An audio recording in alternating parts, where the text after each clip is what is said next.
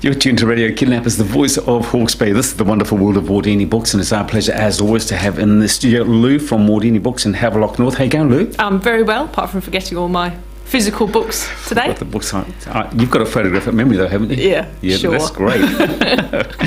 Anyway, just remind our listeners before we get into today's topic, Wardini Books, where are you? We're 16 Tomato Road, Havelock North, and 44 Hastings Street, Napier. Got a website, got a Facebook? Yes, and an Instagram. Instagram as well. Does that work for you? Yeah. Some good feedback? Yes, definitely. You get lots of comments. People are forever on their phone scrolling through things, aren't they? It's incredible, isn't it? That's the way to reach people these days. Yeah, dead right. And our first book today is Wheta and the Magician. What's that all about? This is a children's book for children of about 7 and up, I would say. It's by Steph Matuku and illustrated by Catherine Hall. So it's a chapter book for children, not a picture book.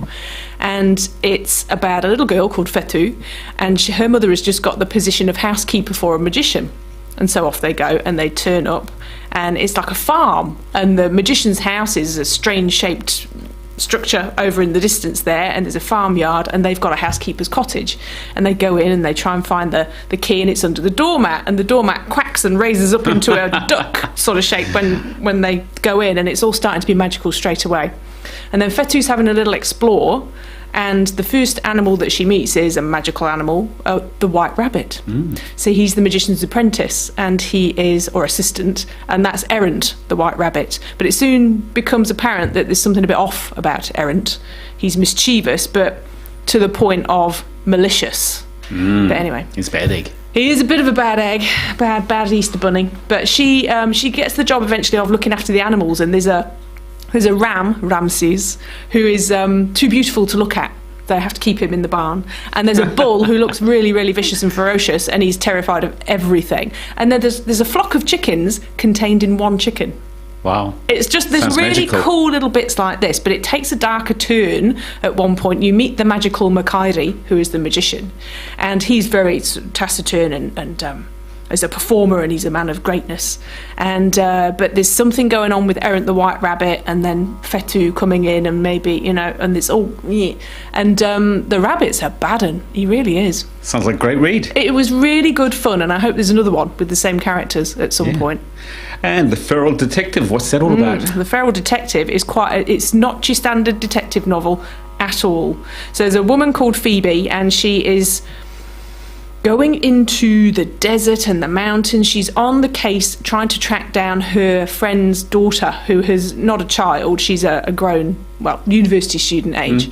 And she's just gone off the grid and they can't find her. But they know, she has used a credit card. She's left. She hasn't been abducted or anything like that. So Phoebe's trying to track her down, this girl. And off she goes.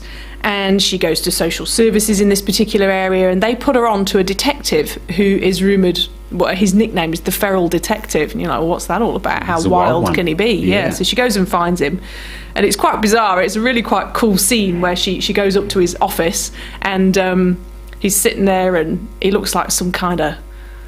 She almost describes him like as Lemmy from Motorhead, but more handsome. Yes. It's quite interesting. And he's there, and at one point while she's talking to him, he opens the drawer of his desk, and he gets a possum out. Of course, who hasn't got a possum? He's rescued it. It's not very well.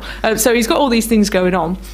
But she teams up with him. His name's Charles Heist, and off they go up the mountain to try and follow all these leads as to where Phoebe's got to. But it's really the relationship between Phoebe and Heist, and it's all first-person narrative from Phoebe's point of view. And she's quite funny.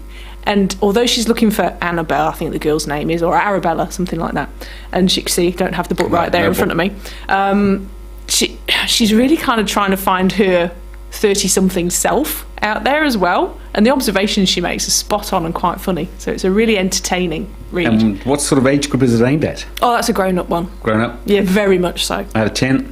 Yeah, good 9 out of 10. It's entertaining. Yeah.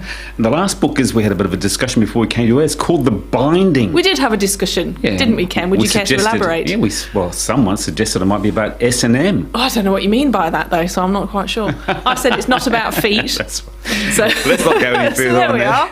Moving along. It's like nothing you've really ever read before. It is kind of a fantasy novel, but not out in space or in another world. It's kind of like a parallel world to ours. It's Industrial Revolution era, But the thing that makes it parallel and not the same as our world is that books are not a good thing. Books are to be feared. There's a black market for books, and this is why there are people who are called binders. And if you've had an extremely traumatic experience, a binder can spend some time with you and take that memory and put it into a book. You won't even know you've lived it.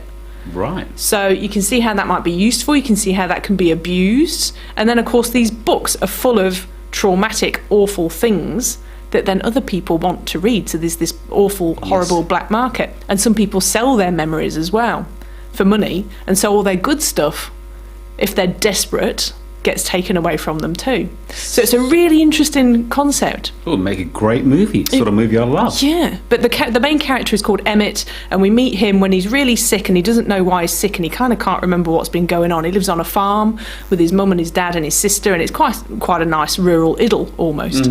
But then it turns out he's apprenticed to a binder, and he doesn't know why. It's just his job to go and be apprenticed to a binder, and then it all comes out after that. Can you buy the memories back? Can you? I think when they're gone, they're gone. If someone tries to talk to you about it, or the book gets destroyed, then the memories can come back, but like very traumatically. You wouldn't want that to happen. So it was a really fascinating story. It's got a bit of a love story in there too. Right. Yeah. Sounds like a good book to read. It's a cracker. Okay, if you want to get hold of any of these books, just remind our listeners once again where you are. 16 Tomato Road, Havelock North, 44 Hastings Street, Napier. As always, our pleasure. You look after yourself. We'll talk to the same time, same place next week. Cheers, Ken.